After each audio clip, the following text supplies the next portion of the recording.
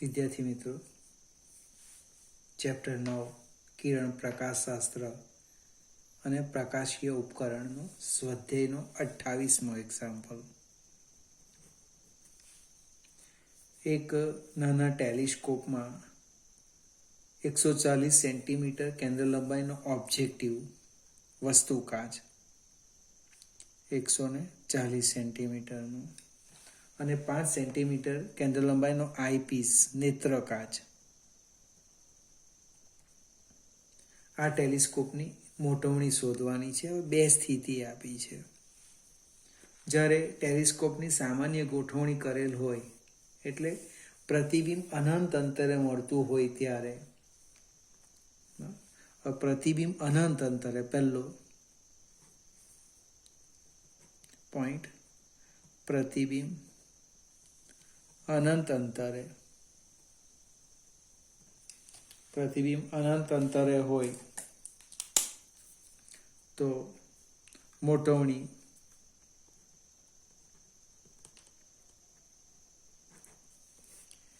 m બરાબર FO by FE, એટલે m બરાબર FO 140 ભાગ્યા 5 એટલે લગભગ 28 આવે. બીજો પ્રશ્ન છે નજીક બિંદુ પર, નિયર પોઈન્ટ પર હોય અને અંતિમ પ્રતિબિંબ ક્યાં મળે? અને પ્રતિબિંબ નિયર પોઈન્ટ પર અથવા નજીક બિંદુ પર અને નજીક બિંદુ પર. તો મોટવણી આમ લખાશે MO ગુણ્યા ME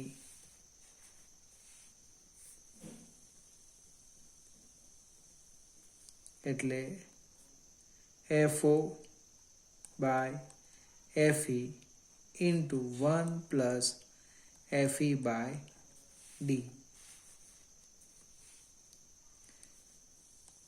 FO બાય FE આપણે જસ્ટ હમણાં જ મેળવ્યું 28, 1 વત્તા FE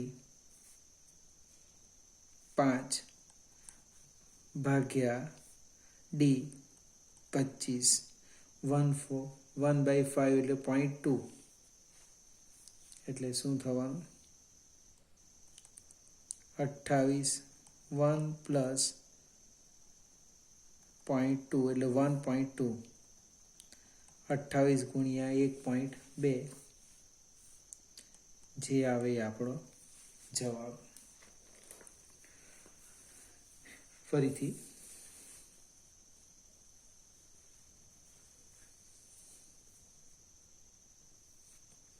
આ જ દાખલો 29મો છે.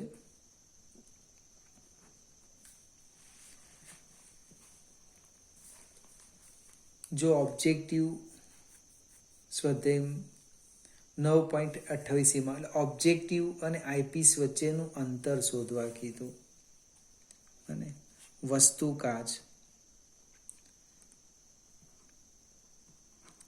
ઓબ્જેક્ટિવ અને આઈપીસ વચ્ચેનું અંતર એ આપણને ખબર છે FO પ્લસ FE. FO 140 છે વત્તા 5 એટલે 145 સેન્ટીમીટર. હવે બીજો બી પ્રશ્ન છે. જો આ ટેલિસ્કોપનો 3 કિલોમીટર દૂર આવેલ 100 મીટર ઊંચાઈના ટાવરને જોવા માટે ઉપયોગ કરવામાં આવે તો ઓબ્જેક્ટિવ લેન્સ વડે રચાતા ટાવરના પ્રતિબિંબની ઊંચાઈ શોધો. જો ટાવરનું અંતિમ પ્રતિબિંબ 25 સેન્ટીમીટર મેળવવામાં આવે તો પ્રતિબિંબની ઊંચાઈ શોધો. એટલે આપણે ઓબ્જેક્ટિવની વાત કરીએ. આ બહિર્ગોળ લેન્સ છે. ઓબ્જેક્ટિવ આપણું આ એની અક્ષ છે. અહીંયા ટાવર લઈ લઈએ અને H ઓબ્જેક્ટિવ 100 મીટર. આ જે અંતર આપેલું છે 3000 મીટર અને 100 મીટર. હવે ફિગર કંઈક આમ થશે, આપણે એનો પ્રતિબિંબ મળી ગયો. આમ આ ખૂણો ધારો કે હું ધારી લેમ સપોઝ આલ્ફા, તો આ પણ કેટલો થાય આલ્ફા. વસ્તુ અનંત અંતરે છે, 3000 મીટર છે, એટલે આવવાનું એફ વાયની ઊંચાઈ આવવાની એચ આઈ, જે આપણને માંગી છે.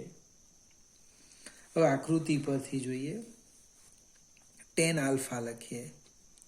ટેન આલ્ફા તો કે સામેની બાજુ એચઓ ભાગ્યા 3000. સમીકરણ 1. અહીંયા લખો ટેન આલ્ફા, સામેની બાજુ એચ આઈ બાય એફઓ. સમીકરણ 1 અને 2 ને સરખાવતા, સમીકરણ 1 અને 2 ને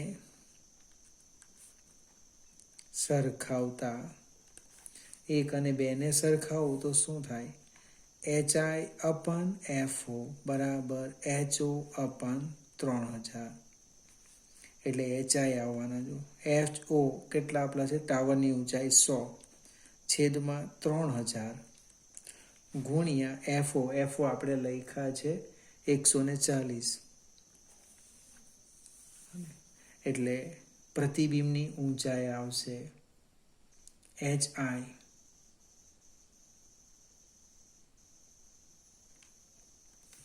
અને કેટલી આવવાની, સાદું રૂપ આપણે આપીએ, પ્રતિબિંબની ઊંચાઈ એચ આઈ બરાબર, આ 1 મીંડું નીકળી ગયું, આ 2 એટલે 3 નીકળી ગયા, 14/3 એટલે લગભગ 4.67 સેન્ટીમીટર.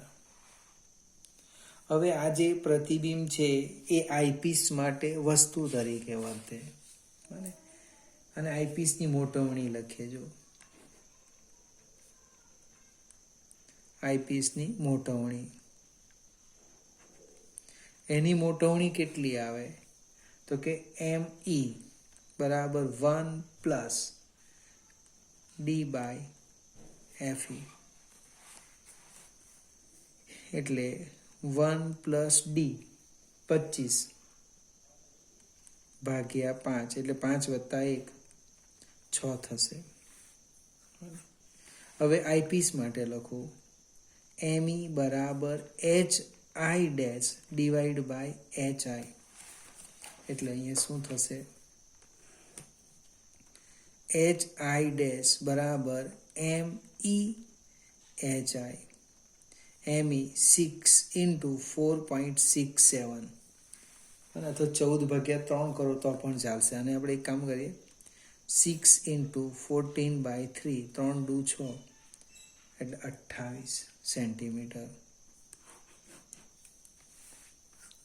ફરીથી મિત્રો, દાખલો 28 અને 29 બને. 28માં આ એક સ્ટેપ હું તમને મારી રીતે સમજાવીશ. ડી બાય એફઈની જગ્યાએ એફઈ બાય ડી કેવી રીતે આવે હમણે યાદ રાખજો, જે જવાબ આવે તે. હવે એ ટેલિસ્કોપના ઓબ્જેક્ટિવથી 3000 મીટરે 100 મીટર ઊંચા ટાવરનું પ્રતિબિંબ જોયું, તો ઓબ્જેક્ટિવ વડે એની ઊંચાઈ મળી આટલી 14/3 સેન્ટીમીટર. એ આઈપીસ માટે વસ્તુની ઊંચાઈ બની ગઈ. વસ્તુની મોટવણી ઉપર આપણે આઈપીસની મોટવણી શોધી કાઢી, એનું સૂત્ર લખ્યું, જવાબ આવી ગયો. હવે એક સેજ આગળ જઈએ. 30મો એક્ઝામ્પલ. કેશેગ્રેઇન ટેલિસ્કોપ એક આકૃતિમાં દર્શાવેલ છે. 2 અરીસા વાપરવામાં આવેલા છે. આ ટેલિસ્કોપમાં અરીસાઓ એકબીજાથી 20 મિલીમીટર અંતરે રાખેલ છે. મોટા અરીસાની વક્રતા ત્રિજ્યા આટલી અને નાનાની આટલી છે. તો અનંત અંતરેલી વસ્તુનું અંતિમ પ્રતિબિંબ ક્યાં મળશે? ખૂબ મજાનું છે, સમજવા પ્રયત્ન કરીએ આપણે. હું એ આકૃતિ સમજાવું છું. આપણે જસ્ટ આ રીતના કલ્પના કરીએ.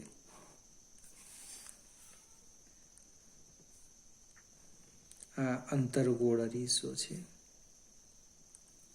માર્ગમાં એક બહિર્ગોળ અરીસો મૂકી દઈએ. આમ આ આકૃતિ છે. આ જે અંતર છે એ આપેલું છે 20 સેન્ટીમીટર. હવે ઓબ્જેક્ટિવ અને આને આપણે ગૌણ અરીસો કહીએ, વસ્તુ અરીસો. અને વસ્તુ અરીસાની ત્રિજ્યા આપી છે 220, એને આપણે R1 કહીએ, 220 મિલીમીટર. એટલે F1 બરાબર R1/2 એટલે આવશે 110 મિલીમીટર અથવા 11 સેન્ટીમીટર. એ જ પ્રમાણે ગૌણ અરીસો અંદરનો જે છે તે ગૌણ અરીસા માટે વક્રતા ત્રિજ્યા આપી છે R2, 140 મિલીમીટર એટલે 14 સેન્ટીમીટર. તો એની પણ કેન્દ્ર લંબાઈ લખી દઈએ F2 R2/2 14/2 7 સેન્ટીમીટર. અંતર્ગોળ અરીસાની કેન્દ્ર લંબાઈ ઋણ લેવાની અને બહિર્ગોળ અરીસાની કેન્દ્ર લંબાઈ પ્લસ લેવાની. હવે વસ્તુ અનંત અંતરે છે.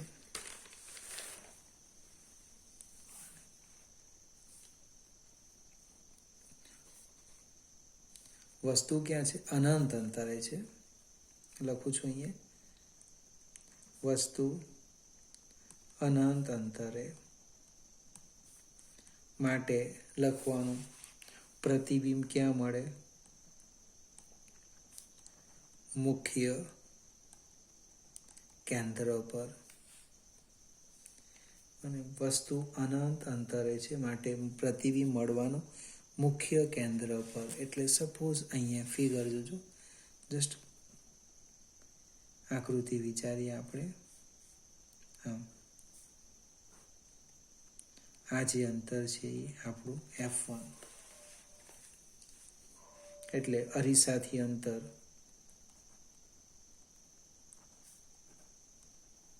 કેટલું આવવાનું? F1 બરાબર 11 સેન્ટીમીટર. હવે ગૌણ અરીસા માટે વસ્તુ અંતર લખીએ. બને ગૌણ અરીસા માટે વસ્તુ અંતર, એને ધારો કે હું U કેમ, તો કુલ અંતર છે 20. આપણે 20 મિલીમીટર છે. એટલે મારી આકૃતિ ખોટી છે, તો અંતર 20 સેન્ટીમીટર નથી, 20 મિલીમીટર છે. એટલે આ પ્રતિબિંબ તો આમ મળવાનું, આમ.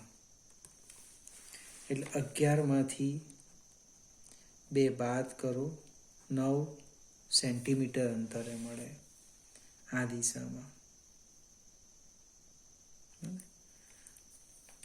હવે આપણે અરીસા સૂત્રનો ઉપયોગ કરીએ.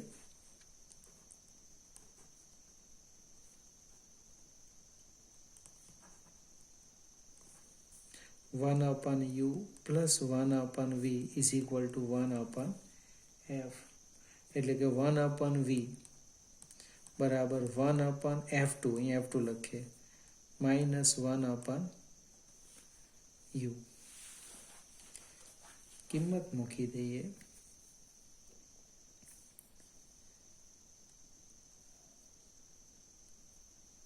(1/f2) 7 -1/9. અને સાદું રૂપ આપો. 1/v બરાબર લસાઅ 9 - 7/63. એટલે v બરાબર 63/2. અને જે આવે તે જવાબ. અહીંયા આપણે લગભગ સંજ્ઞા પદ્ધતિનો ઉપયોગ બિલકુલ કીધો નથી. અને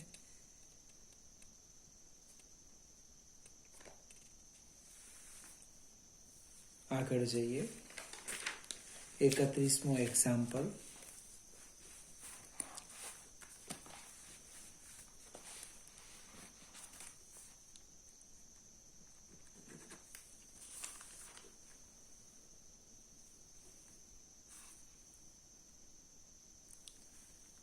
ગેલ્વેનોમીટરના ગૂંચળા સાથે જોડેલ સમતલ અરીસાની ઉપર લંબરૂપે આપાત કરેલ કિરણ આકૃતિમાં બતાવ્યા પ્રમાણે તે જ માર્ગે પાછું ફરે છે. ગૂંચળામાંથી પસાર થતા વિદ્યુત પ્રવાહને કારણે અરીસો 3.5 ડિગ્રીનું કોણાવર્તન અનુભવે છે. અરીસાથી 1.5 મીટર દૂર મૂકેલા પડદા ઉપર પરાવર્તિત કિરણનું બિંદુનું સ્થાનાંતર કેટલું હશે? એકદમ ધીમેથી સમજવા પ્રયત્ન કરીએ. આ ગૂંચળું છે. હવે એ જ્યારે ગૂંચળુંમાંથી પ્રવાહ પસાર થતો ન હોય ત્યારે એના ઉપર એક સમતલ અરીસો છે. આ સમતલ અરીસો લઈ લઈએ. આ આપણે પડદો લઈ લઈએ.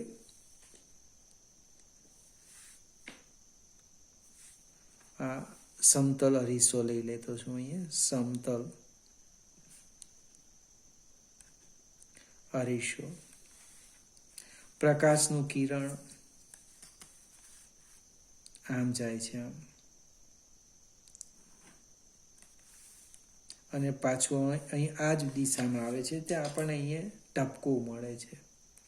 ધારો કે એને હું કોઈક નામ આપી દેમ, સપોઝ પી પાસે. હવે પરિસ્થિતિ શું થાય? ગૂંચળામાંથી પ્રવાહ પસાર કરું. પ્રવાહ પસાર કરવાને કારણે સમતલ અરીસો જે છે એટલે ગૂંચળું 3.5 ડિગ્રીનું કોણાવર્તન કરે.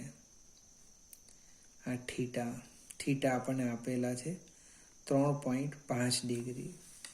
હવે આપાત કિરણ તો જે છે તે જ રહેવાનું બને, અને પરાવર્તિત કિરણ આમ જવાનું. આમ હું લખું છું, નામ જોજો આમ. અને આપણે કહીએ આપાત કિરણ, અને આપણે નામ લખી દઈએ પરાવર્તિત કિરણ.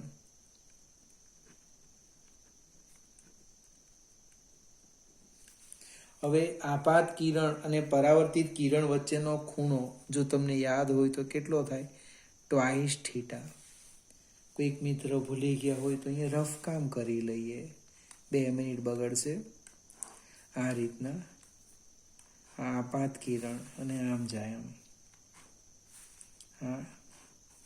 આ થીટા, તો આ પણ કેટલો થાય? થીટા. આપાત પરાવર્તિત.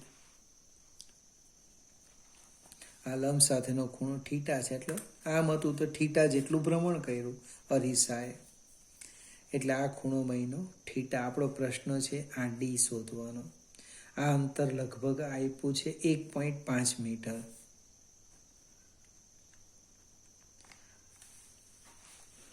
આકૃતિનો ઉપયોગ કરીએ આપણે. tan થીટા તમને આપ્યા છે 3.5 ડિગ્રી, એટલે 2 થીટા થશે. 2 ગુણ્યા 3.5 ડિગ્રી એટલે 7 ડિગ્રી. હવે લખીએ આકૃતિ પરથી.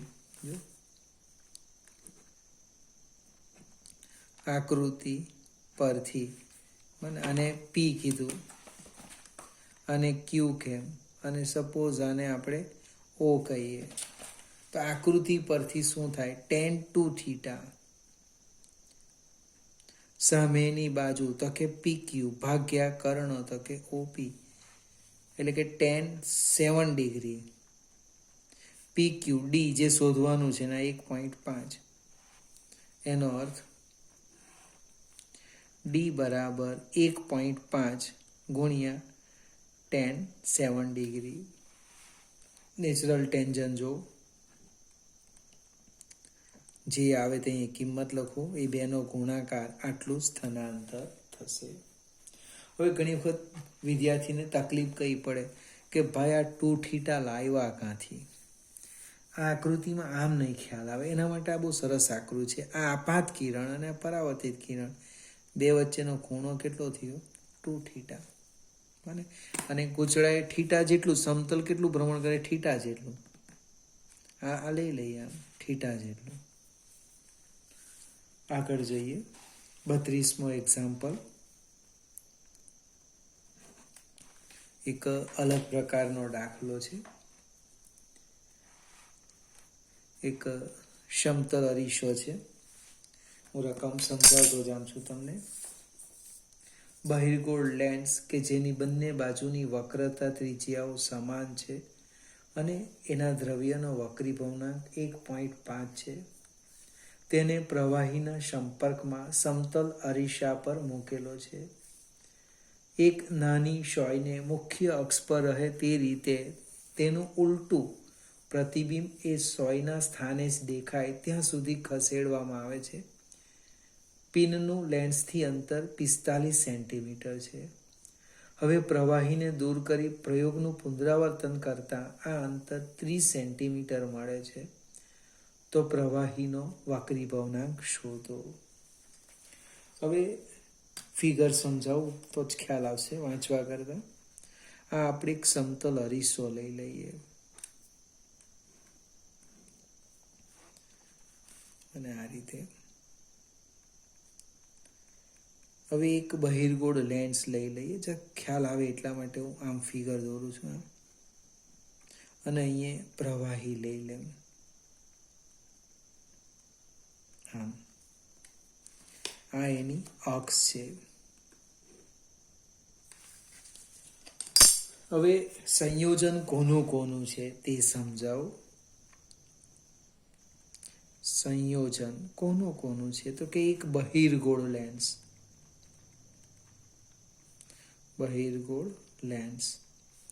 વત્તા આ બાજુ સમતલ છે, જો સમતલ, અને આ જે બનવાનો એ પ્રવાહીનો અંતર્ગોળ લેન્સ.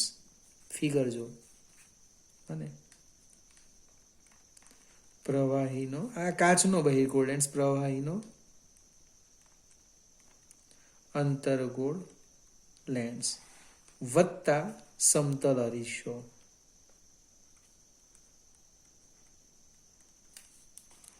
હવે પરિસ્થિતિ સમજાવું.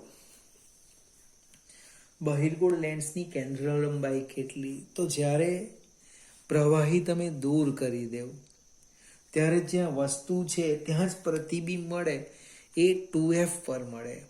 એટલે બહિર્ગોળ લેન્સ માટે હું 1 લખું, અંતર્ગોળ લેન્સ માટે હું 2 લખું અને સમતલ અરીસા માટે આપણે 3 શબ્દ વાપરીએ. આનો અર્થ શું થાય કે twice f1 equal to 30 centimetre. એટલે f1 આવે 15 સેન્ટીમીટર.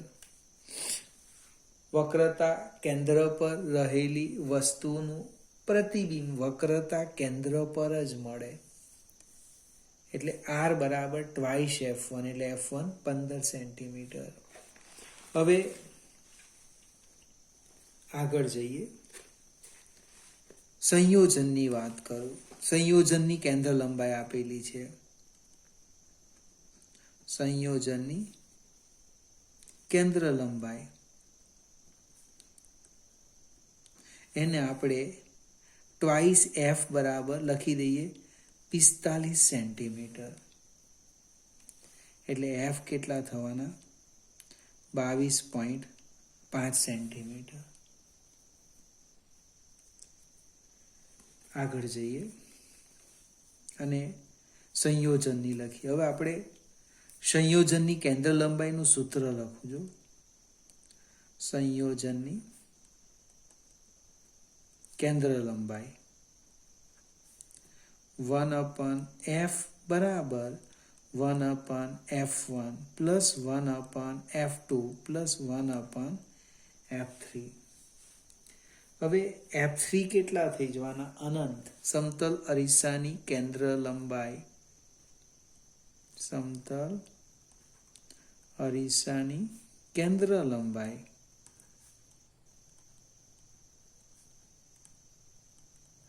કેટલી? ઇન્ફિનિટી. મારે f2 શોધવાના છે એટલે 1/f2 કિંમત મૂકો દો 1/22.5 બરાબર 1/15 વત્તા 1/ઇન્ફિનિટી f2 પ્લસ 1/ઇન્ફિનિટી. 1/ઇન્ફિનિટી 0 થવાનું. f2 શોધવાના છે એટલે 1/f2 1/22.5 ઓછા 1/15 એટલે લસા લેવાના 1/f2 બરાબર 15 ઓછા 22.5 ભાગ્યા 15 ગુણ્યા 22.5 સાદુરૂપ આપો એટલે F2 આવશે -45 સેન્ટીમીટર.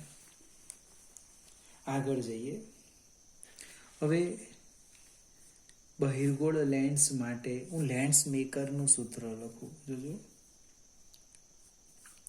સામે લખવાના છે આપણે. અહીંયા હેડિંગ લખી દે બહિર્ગોળ lens.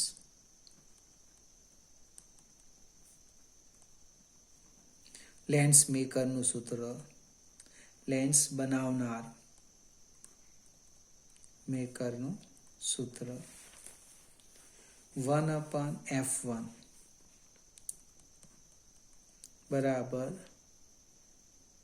n glass -1 1/r1 -1/r2.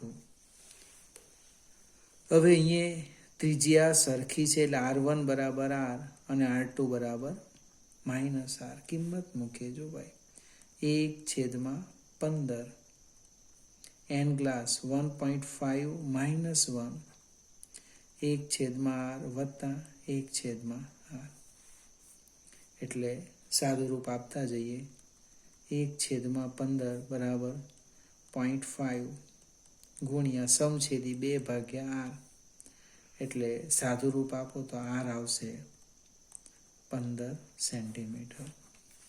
હવે બહિર્ગોળ લેન્સની જે વક્રતા ત્રિજ્યા છે આની જે વક્રતા ત્રિજ્યા છે એટલી જ અંતર્ગોળ લેન્સની પણ આવવાની પ્રવાહી.